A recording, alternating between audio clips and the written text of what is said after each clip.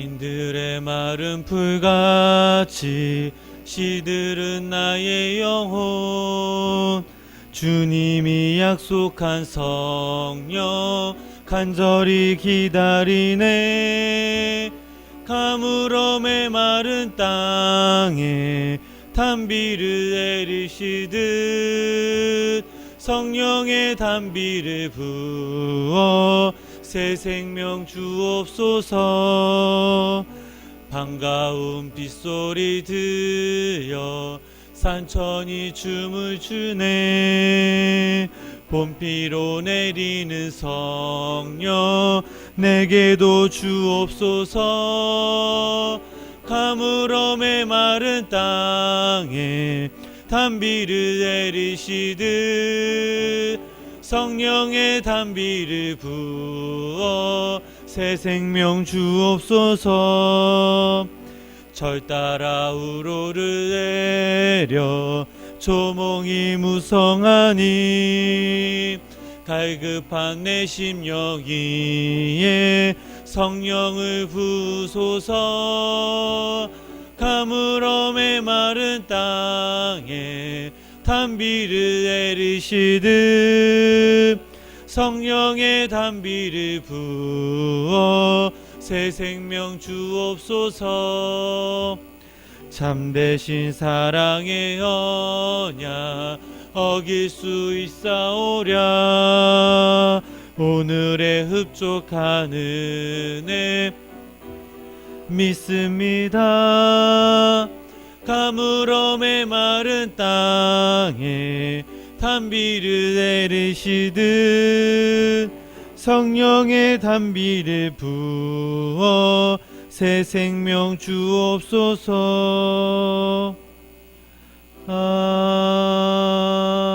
아멘. 우리 사도신경으로 신앙 고백 드리시겠습니다. 전능하사 천지를 만드신 하나님 아버지를 내가 믿사오며 그 외아들 우리 주 예수 그리스도를 믿사오니 이는 성령으로 잉태하사 동정녀 마리아에게 나시고 본디오 빌라도에게 고난을 받으사 십자가에 못 박혀 죽으시고 장사한 지 사흘 만에 죽은 자 가운데서 다시 살아나시며 하늘로 드사 전능하신 하나님 우편에 앉아 계시다가 저리로서 산자와 죽은 자를 심판하러 오시리라. 성령을 믿사오며 거룩한 공예와 죄를 사여 주시는 것과 몸이 다시 사는 것과 영원히 사는 것을 믿사옵나이다. 아멘. 오늘 함께 보실 말씀은 사도행전 4장 4절로부터 12절 말씀입니다.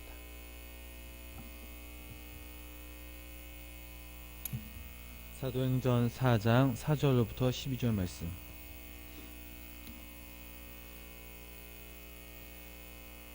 제가 한 절 읽고 여러분들이 한 절 읽으시겠습니다. 말씀을 들은 사람 중에 믿는 자가 많으니 남자의 수가 약 5천이나 되었더라.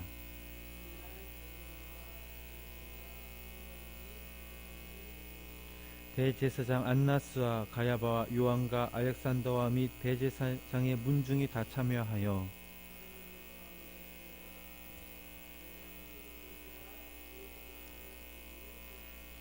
이에 베드로가 성령에 충만하여 백성의 가이드가 장로들아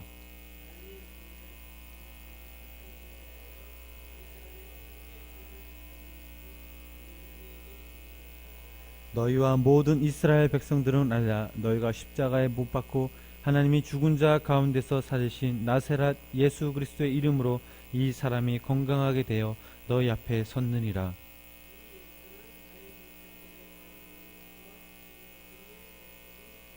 함께 읽으시겠습니다. 다른 이로서는 구원을 받을 수 없나니 천하 사람 중에 구원을 받을 만한 다른 이름을 우리에게 주신 일이 없음이라 하였더라. 아멘. 예루살렘 성전 민문 앞에서 선천성 안진뱅이가 일어나게 된 것과 관련하여 베드로와 요한은 소유문 행각에서 설교하고 있을 때였습니다. 갑자기 유대교 지도자들은 이 두 사도를 체포하여 감옥에 감금하였습니다. 그리고 그 이튿날 그 당시 유대 최고의 법원의 역할을 했던 산헤드린 의회에서 이 두 사도를 소환하여 너희가 무슨 권세와 네 이름으로 이 일을 행하였느냐고 이렇게 질문을 합니다. 또한 예수 그리스도의 부활을 전했는지도 추궁합니다. 예, 베드로가 성령에 충만하여 예수가 메시아이심을 고백하게 됩니다. 지금 베드로 앞에 서 있는 많은 사람들은 그 당시 유대교 최고의 지도자들이었습니다.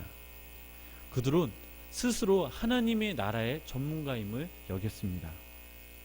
그는 전문가들에게 베드로는 가감히 그들에게 메시지를 던졌습니다. 유대교 지도자들은 가정보다는 결과에 관심이 있었습니다. 결과에 대한 책임 그리고 추궁만 할 뿐 그 결과에 이르기까지 동기와 그리고 핵심이 무엇인지에 대해서는 전혀 관심이 없었습니다. 그런 그들에게 베드로는 이 10절 말씀을 통해 메시지를 던집니다. 우리 10절 말씀 함께 읽어보시겠습니다. 너희와 모든 이스라엘 백성들은 알라. 너희가 십자가에 못 박고 하나님이 죽은 자 가운데서 살리신 나사렛 예수 그리스도의 이름으로 이 사람이 건강하게 되어 너희 앞에 섰느니라. 아멘. 이 베드로는 결과에 대한 책임과 추궁에 대한 관심이 있는 지도자들에게 예수 그리스도의 권세와 이름으로 그런 결과가 생겼다고만 언급하지 않았습니다. 베드로는 너희가 십자가에 못 박고 하나님이 죽은 자 가운데서 살리신 나사렛 예수의 이름으로라는 이런 결과가 생기게 되었음을 정확히 밝혀주고 있습니다. 그들에게 문제에 대한 이 핵심을 정확하게 말해주었습니다. 이 말은 즉 너희가 예수 그리스도를 십자가에 못 박아 죽인 죄인이라는 것이었습니다. 너희가 아무리 최고의 종교 지도자리라고 해도 너희들은 하나님을 대적한 죄인밖에 되지 않는다는 말입니다. 너희들이 예수 그리스도를 못 박아 죽였지만 하나님께서 예수님을 다시 살리셨다는 말입니다. 너희가 아무리 하나님을 대적할지라도 하나님은 결코 이길 수 없는 분이시라는 것을 강조합니다. 너희가 예수 그리스도의 부활을 부정해도 부활하신 그분의 생명의 주님이시라는 사실입니다.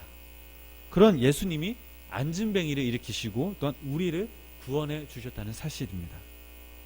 베드로는 오만과 편견으로 가득 차 있는 종교 지도자들에게 그들의 잘못을 공개적으로 지적합니다. 어쩌면 그 누구도 이렇게 하지 못했을 것입니다. 11절 말씀을 다 같이 읽어보시겠습니다. 이 예수는 너희 건축자들의 버린 돌로서 집 모퉁이의 머릿돌이 되었으니라. 다른 이로서는 구원을 받을 수 없나니 천하 사람 중에 구원을 받을 만한 다른 이름을 우리에게 주신 일이 없음이라 하였더라. 아멘.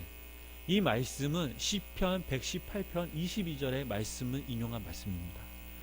장래에 나타날 메시아에 대한 예언으로 유대인들이 잘 알고 있는 말씀이기도 합니다. 하나님께서 예수 그리스도 이외에는 그 어떤 구원자를 허락하신 일이 없음을 말하고 있습니다. 전에 예수님께서 자신을 가리켜서 이 말씀을 인용하시기도 하셨습니다. 마태복음 21장 42절 말씀. 예수께서 이르시되 너희가 성경의 건축자들이 버린 돌이 모퉁이의 머릿돌이 되었나니 이것은 주로 말미암아 된 것이요 우리 눈에 기이하도라 함을 읽어본 일이 없느냐. 마가복음 2장 10절입니다.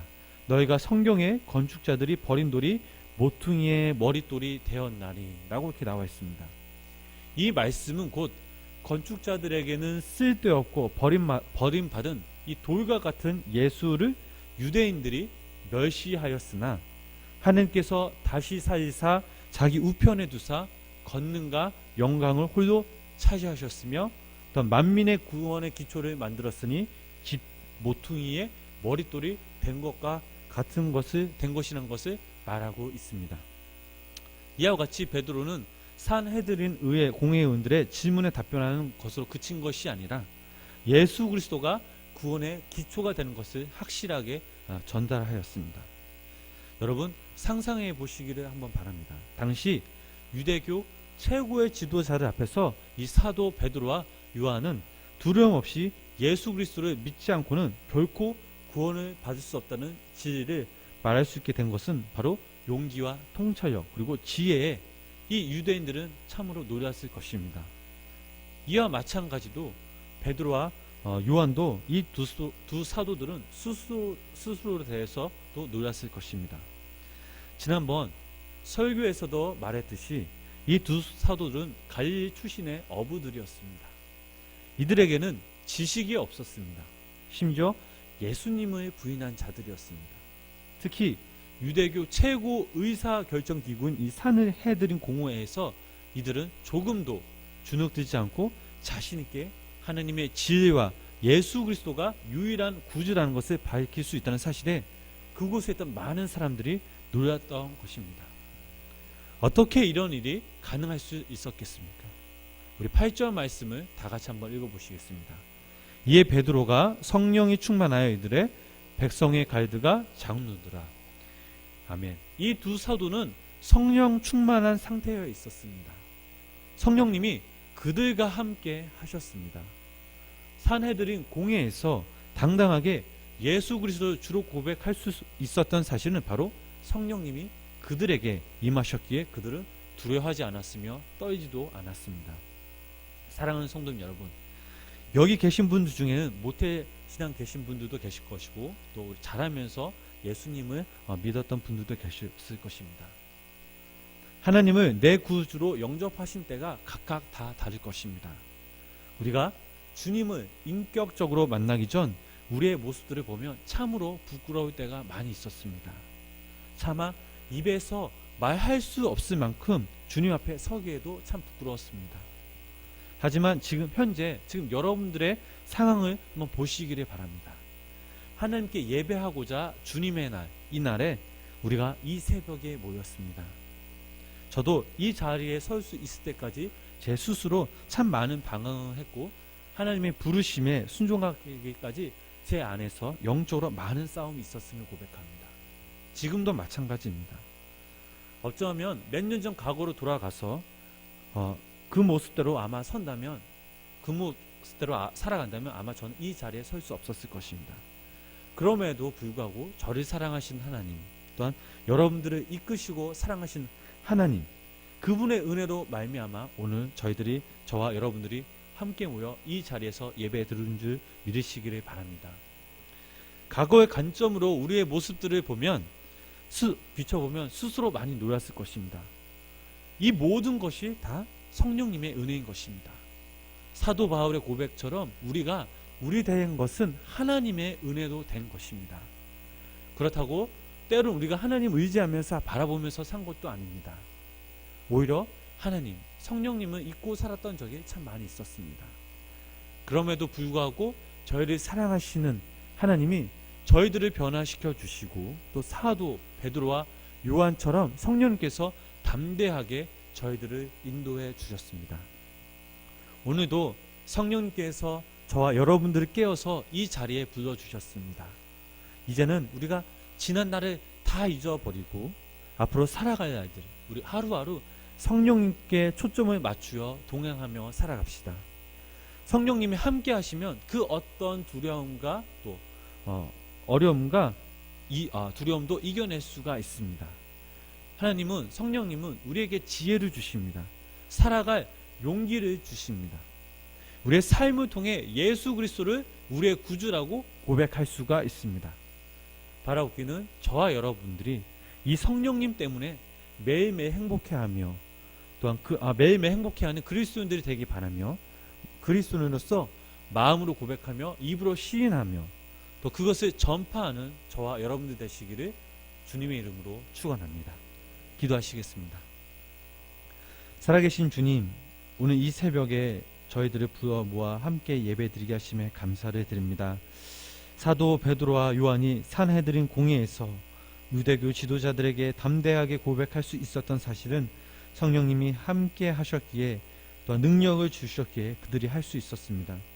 저희도 살아가면서 성령님 늘 동행하시고 인도하시고 도와주셔서 어떤 상황이 와도 강하고 담대하게 또 지혜롭게 잘 이기게 하시며 성령님 때문에 행복해하는 그리스도인들이 되도록 함께하여 주시옵소서. 그러므로 내가 나 된 것은 주님의 은혜로 고백하며 살아가며 살아가는 저희들 되게 하여 주시옵소서. 우리가 살아가면서 늘 성령님께 집중하며 살아가게 하시고 성령님의 부르심에 인도하심에 늘 순종하며 살아가게 하여 주시옵소서. 오늘 저희들이 드려질 예배를 받아주시고 예배를 통해 하나님과 친밀을 해지며 교제를 통해서 하나님의 사랑을 느끼며 전하게 하여 주시옵소서. 오늘 하루도 주님께 맡기며 살아계신 예수님의 이름으로 기도드렸습니다. 아멘. 찬